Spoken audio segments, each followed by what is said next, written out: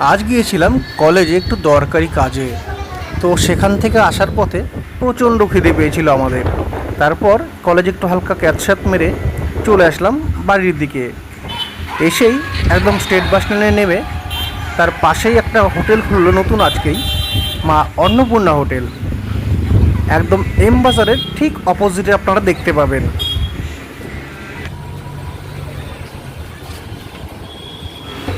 এক সাইডে state bus stand এবং আর্য সমিতির মাঠ, ঠিকই অপর প্রান্তে একদম এম বাজার। এই দেখুন, দেখতেই পাচ্ছেন আপনারা। এই হচ্ছে ওনাদের মেনু কার্ড। নিরামিষ ভাত 45 এবং বাকি যা দেখতে পাচ্ছেন সব ভাত সহকারে দাম কিন্তু। মুরগির মাংস হাফ প্লেট 3 পিস 80 টাকা এবং ফুল প্লেট 120, খাসি হাফ 110 এবং ফুল 220। ইনি হচ্ছেন এই হোটেলের ওনার, মা অন্নপূর্ণা হোটেল, তাই তো? নকুল দা আপনার নাম? নকুল। টাইমিংটা বলুন, কখন থেকে কখন খোলা থাকে আর কি? আমাদের এখানে সকাল থেকেই খোলা থাকে, একদম রাত 8:30 নাগাদ পর্যন্ত। সকাল 10টা বা এমন কিছু? হ্যাঁ, সকাল 10টা, 9:30। আচ্ছা, মেনলি সকাল 10টা থেকে রাত্রি 8টা 9টা? 8টা 10টা এরকম। ঠিক আছে, ধন্যবাদ। যেহেতু আজই ওপেন হয়েছে তাই জল ছিল সবার জন্য কমপ্লিমেন্টারি ফ্রি। আর এই হচ্ছে নিরামিষ থালি, যার দাম 45 টাকা। এর মধ্যে আছে ডাল, পাঁপড় ভাজা, শাক ভাজা, পটল পোস্ত, আলু পটল রসা এবং করলা ভাজা, সঙ্গে লেবু আর স্যালাড। ওনারা সকল ফ্যামিলি মেম্বার মিলেই হোটেলটা কিন্তু শুরু করেছেন। এই 3 পিস চিকেন আর পুরো থালিটার দাম 80 টাকা।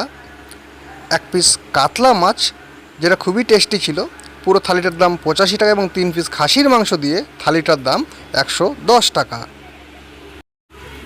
প্রথমেই ডাল দিয়ে ভাত মেখে নিয়ে সঙ্গে একটা পাঁপড়, আহা, এ যেন চরম সুখ, তার সঙ্গে করলা ভাজা। এরপর আলু পটলের রসার সঙ্গে ডাল ভাত মেখে একবার মুখে জ্বালান করে দিলাম। ভালো খেতে ভাই, সত্যি ভালো খেতে। এরপর আলাদাভাবে আলু পটলের যে রসা ছিল সেটা দিয়ে একবার ভাত মেখে নিলাম। টেস্ট দেখুন, নর্মালি আপনি যদি ঘরোয়া খাবার খেতে চান এখানে অবশ্যই আসতে পারেন। স্পেশালভাবে বলার কিছু নেই, প্রতিটা আইটেমই দুর্দান্ত খেতে ভাই, একদম পুরো ঘরোয়া খাবার। এবারে পটল পোস্তটা ট্রাই করলাম। এখানে পোস্তের পরিমাণ একদম ঠিকঠাক। এদিকে জয়দীপ ভাই খেতে ব্যস্ত।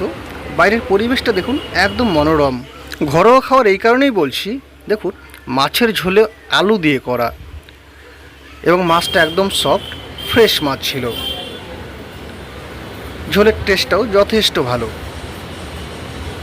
যদি আপনি মনে করেন যে ঘরোয়া খাবারের স্বাদ নিতে চাই আমি, বাইরে কোনো হোটেলে বসে, এখানে অবশ্যই আসতে পারেন। এদিকে জয়দীপ ভাইয়ের খাওয়া প্রায় শেষের দিকে, আর তার রিভিউ অনুযায়ী খাবারগুলো সত্যি দারুণ ছিল এবং একদম ঘরোয়া ছিল। এবার মাটন খাওয়ার পালা। এই যে 3 পিস দেখতে পাচ্ছেন এবং যথেষ্ট ভালো কুকড হয়েছিল। আর যেটা আপনাদের বললাম ঘরোয়া এই কারণেই লাগছে যে মাংসের মধ্যে কিন্তু আলু ছিল। একটু মাংস ভেঙে তার সঙ্গে একটু আলু ভেঙে নিয়ে ভাত মুখে চালান করে দিলাম। এবং দেখবেন সচরাচর হোটেলে কিন্তু মাছ বা মাংসে আলু দেখা যায় না, অল্পতে কি আর মন ভরে, তাই আরেকটু মাটন ভেঙে মুখে পুরে নিলাম। এবার আমার খাওয়া প্রায় শেষের দিকে। চলুন আজকের মতো এটুকুই, দেখা হচ্ছে আবার পরের ভিডিওতে।